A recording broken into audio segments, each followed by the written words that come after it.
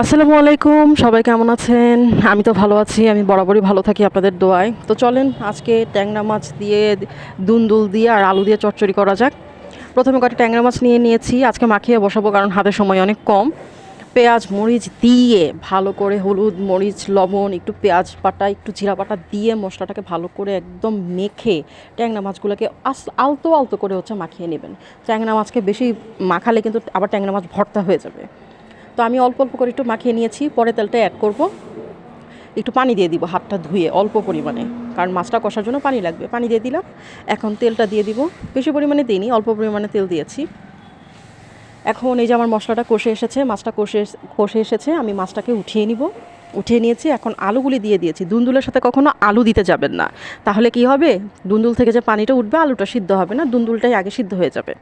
আমি ভালো করে আলুটাকে আগে সিদ্ধ করে নিয়েছি। আমার আলুটা প্রায় কষে এসেছে, আমি কিন্তু সেই পানি দেইনি, ওই যে মাছে যে মশলাটা ছিল সেটা দিয়ে আলুটাকে কষিয়েছি।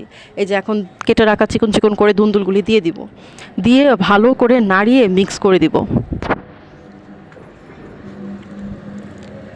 মিক্স হচ্ছে মিক্স হচ্ছে মিক্স হচ্ছে।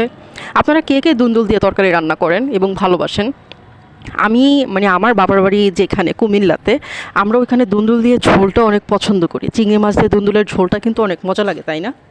আচ্ছা, যাই হোক, আমার তরকারি প্রায় হয়ে এসেছে। এখন যে তুলে রাখা মাছগুলি সেগুলি দিয়ে দিলাম, দিয়ে এখন সামান্য একটু মিক্স করে দিব। আপনারা কিন্তু চচ্চড়িতে কেউ পানি দিতে যাবেন না, দুন্দুলে যতটুকু পানি আছে সেই পানি দিয়ে সম্পূর্ণ তরকারিটা হয়ে যাবে। আমি সম্পূর্ণ মশলাটাকে তরকারিটাকে একসাথে মিক্স করে দিলাম। এখন মাছেও মশলাটা লেগে যাবে। মাছে